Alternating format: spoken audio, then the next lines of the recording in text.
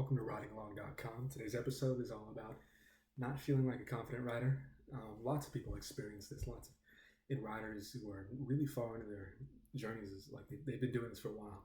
It comes up sometimes where you just kind of lack your ability in your own words. Like you don't know how effective you are, how effective you're being. And confidence as a writer is kind of everything. If you don't believe in what you're writing and what you're saying, then it's like a death sentence for yourself in a very specific kind of way. I mean, you want to always be certain that what you're saying is said in the way that you want it to be made it to come across. Otherwise, what are you doing? You're just kind of blindly going at something without any hope. It's like just making noise. You're just making noise. You're not confident as a writer, and you suffer.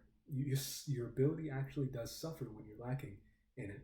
So how do you build it? Really, you just build it up by getting a lot out there. And because when you have a lot, you have a lot of experience. I don't mean releasing all this stuff. I mean, come on, you don't have to. Like, there's some stuff I would never release.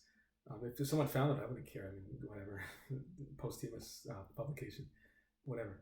But for the most part, don't worry about it. Just write a bunch of stuff. Write hundreds of stories. They can be terrible, awful. Hundreds a lot, right? Write dozens. That's a lot too. Write like 5, write like 10. It was like 3 I really remember that really kind of shaped my writing. And I spent a lot of time on them, so maybe that's why. And for you just got to spend that time writing some stuff. And then again, if it's been a while since you've written and you're just getting back into it, that's another time when your confidence is a little shaky. Again, same principle applies. It's just getting back into the habit of it, into the notion of it, into the groove of it. It's really just like anything else, any other skill, any other ability. Yes, there is a creative side to it. There's a talent side to it. There's this, extra body, extra spatial kind of spiritual side to it as well. But there's also just the practical side, which is it's a habit. It's something you build just by doing it over and over again. And you lose your confidence when you haven't done it in a while. So get back at it and expect to suck. Maybe you won't, actually. That's the crazy thing. You might actually just pick up right where you left off. Some people think they quit writing, but they don't, because they just keep writing notes. They keep journaling, and that keeps that skill alive. You want to make writing like a reaction to things. If something is going on in your life, write about it. You don't have to share it or release it, but the very act of using words to communicate and elaborate on your own thoughts, even if just to yourself, it's developing. You're keeping that skill alive, and that's what I want you to do. That's how I want you to build up your confidence as a writer. Now, if you're really at the beginning, I have a video on writing for beginners where I tell you really not to worry. There's an episode all about that. You're supposed to experience this long-term phase. Long-term meaning, I mean, that could stretch a week, that could stretch to years for people. Really, you can start whenever you want to, but when you're going to break out of that, you just got to start writing bad stories, and they're not going to look good. Like, they're not going to read well, especially if you're just beginning. Not at all. And you're going to edit them to hell, and they're just not going to work. But you know what? Don't try to save those stories. Just write another one. Write another one after that. You keep writing them. And you know what happens? You just kick up. The dial turns up, and your skill, your ability comes back to you. It's like you're relighting how these things work in your mind. You're rebuilding that complex structure of how writing works. What does writing look like in your brain? Can you get a nice scan of it and be like, that's writing? Maybe not really. Maybe in a few years, maybe in a few decades, maybe, I don't know, centuries. Who cares? You don't really need to know that right now. Me or you, we won't be around to see that. But if we're talking centuries, I won't be. Maybe you will. But it's something that you don't really need to fully comprehend scientifically. You don't need to have this kind of perfect analytical view of what writing looks like and how the skill builds. You just need to know it builds, because it does. And write some short stories. Those are easy. In terms of, like, you can do a lot of them, and eventually you'll just get used to it. You'll start seeing yourself recognizing what you did in that story that you didn't do in that story, what worked in that one that didn't work in that one. And it's like you want to go 100 miles per hour, right? You just want to start feeling confident as a writer. You can jump in and just believe that you're there. But even if you do just kind of take this ignorant approach, ignorance is okay sometimes. And you're just like, you know what, I'm a great writer. And really, you don't feel like you are, but you just say you are, and you go at it. Actually, what you're really doing, they say fake it till you make it. You're just going anyways. You're building up to 100 miles per hour. and you think you're going 100 miles per hour the whole time. You tell yourself you are, but you're not. But technically you are, right? Because potential is power, potentiality in the physical sense. If you want to talk practical, if you want to talk real matter, all right, potential is power. What something is capable of is actually measurable and is actually you could sum that. It's surmountable. It means something on its own, even if it's not currently being enacted. Even if that power isn't being used, the very fact that it can be, it's significant. A country makes a threat, or you don't want to, like, they're not going to attack them because they know they can do something. See what I mean? You're not going to challenge someone who is just going to completely shut you up or shut you down or attack you physically, like that kind of stuff. But if you feel like you can, you recognize it. You're aware of this kind of stuff, is what I'm saying. Your actions after that those are on you. Those are your own decisions. Those are what make you unique. But I want you to know that you are aware of things that aren't actively being used. Like, just because your country has a nuclear arsenal doesn't mean it's using them every day, right? But everyone knows they do, and they make decisions based on that. So as a writer, if you tell yourself, you know what, I'm just a wonderful writer, it doesn't mean magically you're going to become that. But that whole journey of the way there, as you're headed there, you're going to be thinking that. And you know what? You are. Because in a little bit, not long from now, you actually will be there at 100 miles per hour. You really are going to hit that. So you can take that approach if that works for you.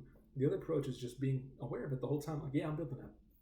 And by the time you reach that speed, this is a long metaphor, but it's not really, because you're heading in a direction. By the time you reach there, you won't even be looking at how fast you're going. You won't even be looking at how confident you are as a writer. You'll just know, okay, I'm good. I'm all right. It becomes irrelevant. You're there when you don't care.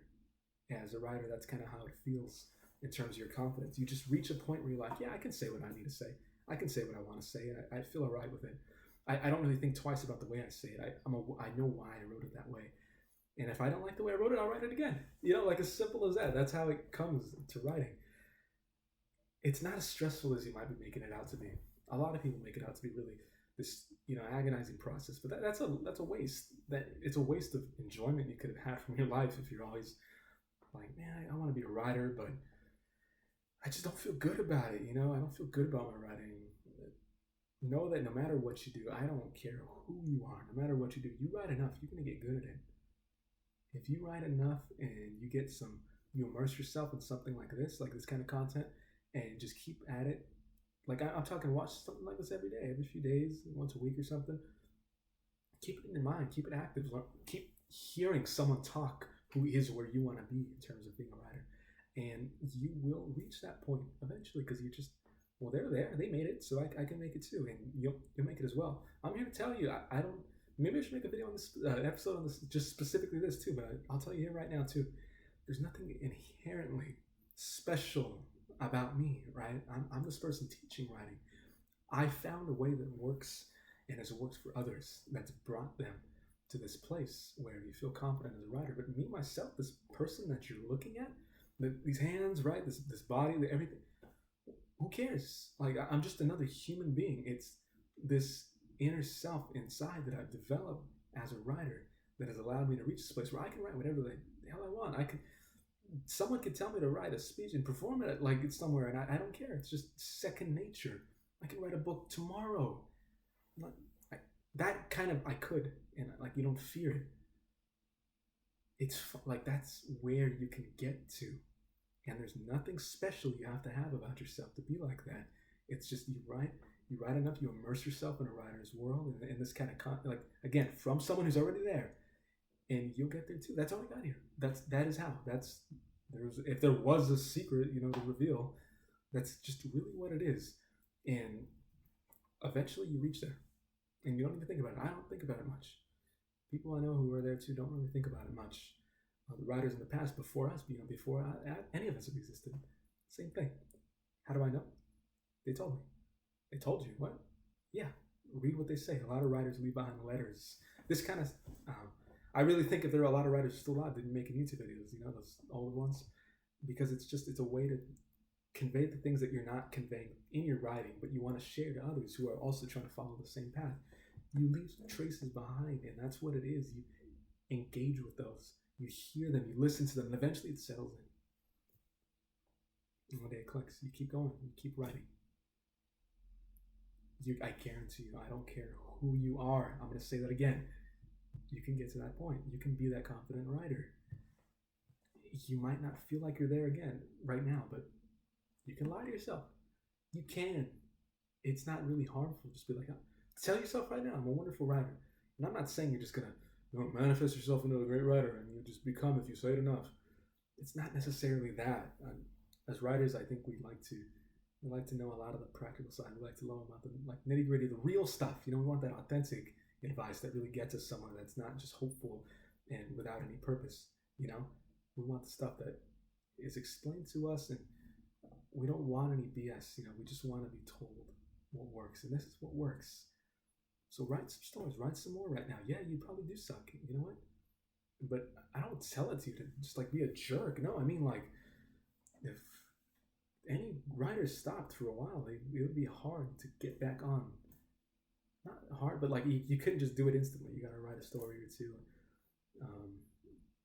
Get back on the track. Write a few chapters. Your first chapters might suck, and you get it rolling, and then your brain actually configures itself to know how to use words so efficiently, so well, that you will be, again, you're limitless as a writer. There's no fancy tricks. There's no secret stuff I can share with you. Really, this is the real stuff. It really is. If you want to write a book, check out this guide I have called How to Write a Book in 30 Days at writinglong.com. Just shoot me your email. I'll send it to you personally. Why would I send it to you personally? Because it stays in your inbox and you can't ignore it. And it's just going to be there until you write your book as a reminder, because you can write your book, and I never want you to forget that, all right? You have something to contribute to the world. You have something to say it. Write it. I'll see you next time. Thanks for stopping by today.